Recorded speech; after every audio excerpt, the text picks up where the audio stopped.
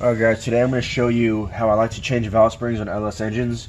This will pretty much apply to like just about any LS, you know, cathedral port, rectangle port.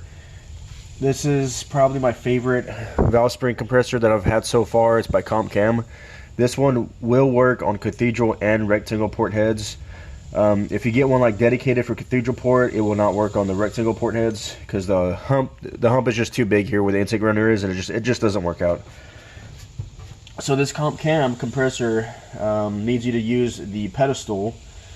It's curved right here. That's meant to sit in the pedestal like perfectly. And they're 1/2 inch or 13mm bolts here that mount it to the head. Just go ahead and snug those up. And it's a good idea to lubricate the threads every once in a while. Just, you know, you use them over and over again. You can start to break down those threads.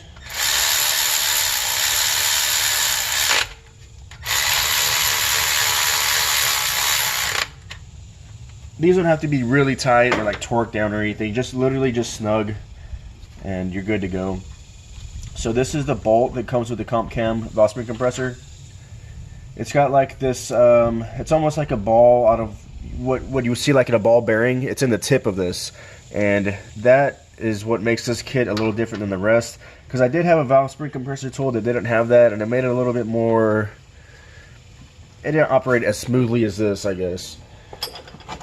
But what that ball does is it sits in this little notch and it evenly pushes down the valve springs. It just seems to work out a little better.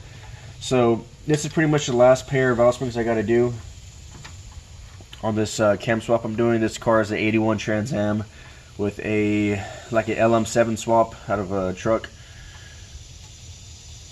So right now I'm removing the factory valve springs. Now, to stop the valves from falling, okay, my favorite method, and in my opinion the easiest, is to just do it at top dead center.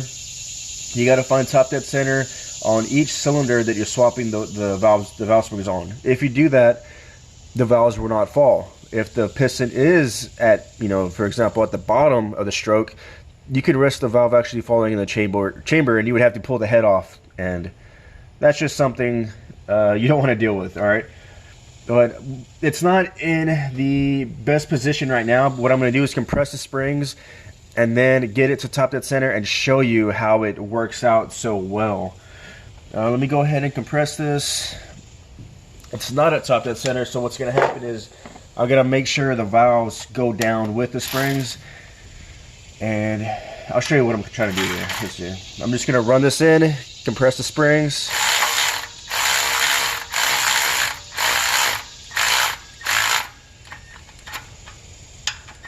That should be plenty. So, valves and the springs are compressed. This isn't how you would typically do it. I just want to show you how this works. So now, all I'm going to do here, I've got this big 1/2 inch ratchet. All I'm going to do now is rotate the crank and show you that how when it's at top dead center, it actually keep the valves up. But typically, you would already have it on top dead center while you're doing this. I'm just doing this to show you how it works out so well.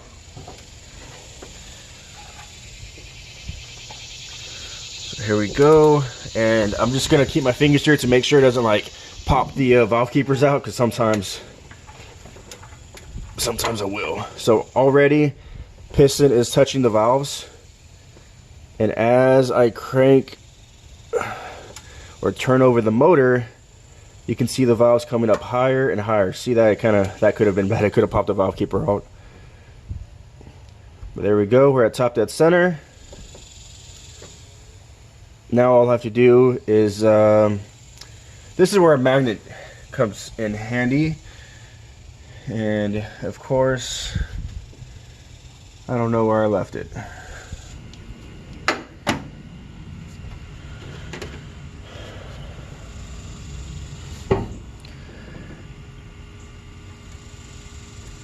Okay, with your magnet now, you're just gonna grab the keepers. Sometimes they can get a little in a bind, and all you have to do for that is just get something like this, like a flathead screwdriver, something you can wedge right here, and just give it a little wiggle and it will come free, just like that. Same thing goes when you go to install it. Sometimes you have to just put something here to kind of align it. So what happens is the valve stem isn't exactly centered in the top hat of the spring or the spring retainer.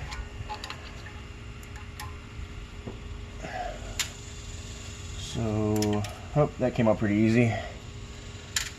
Alright, so now obviously we can back out the bolts.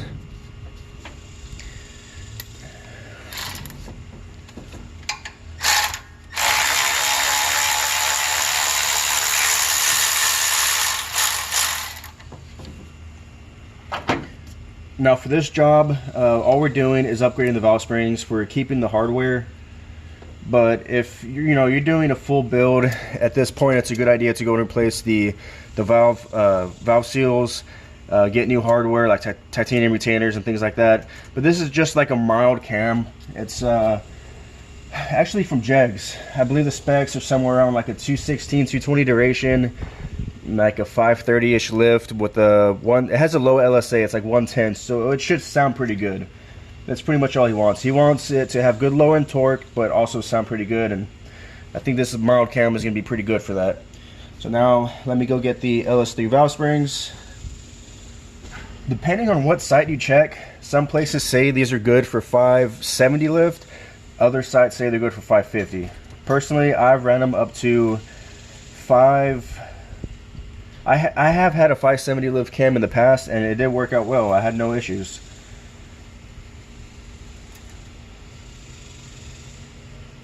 All right.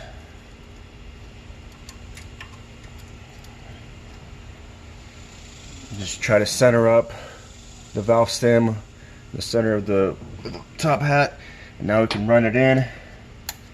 Keeping an eye on it, making sure it doesn't get in a bind. And you know what, let me get you a better angle of what I'm talking about here. So what you got to make sure of is that the valve comes through it without making contact or getting stuck on it. And at the same time, try to keep it centered.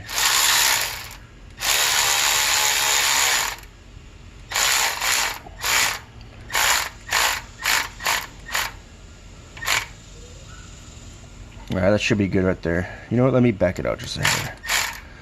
Now, from here, what you do is you bring up the valve as high as it'll go.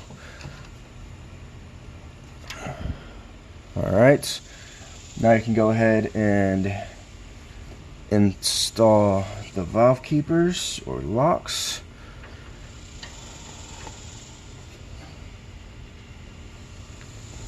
Sometimes you have to dab some grease on here.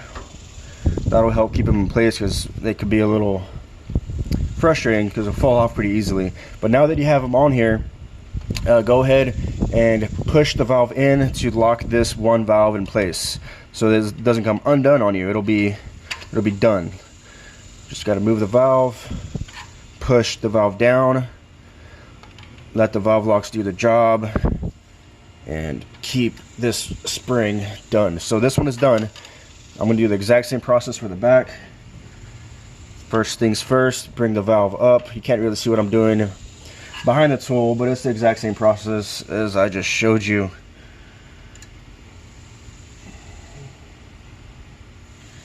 There's one valve keeper, there's the last. Alright, got them both in there. Now I'm going to do the same thing. I'm going to push the valve down to lock this one in place.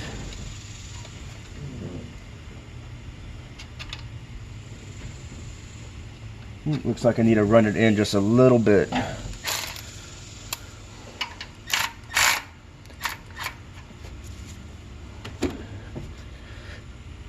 Okay, let's see. There we go. I'm going to slowly back out to make sure that these don't come undone. I need to give the back one a little bit of a wiggle. And it's in.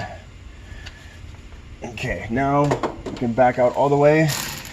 Still, even when I run them in and back it out, I keep my fingers on top because I've had too many times where the little valve locks just go flying, and once they pop off, they're pretty much gone. Not only that, but they can fall like an oil passage down to the head, and that just wouldn't be good. So just keep your fingers on top.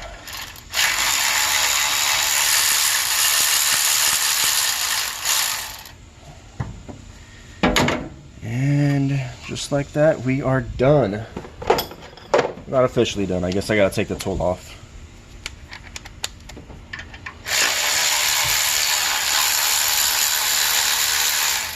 Having something like this Milwaukee ratchet makes this job so much easier. I'll put a link in the description. If you don't have one of these, I really recommend you get one.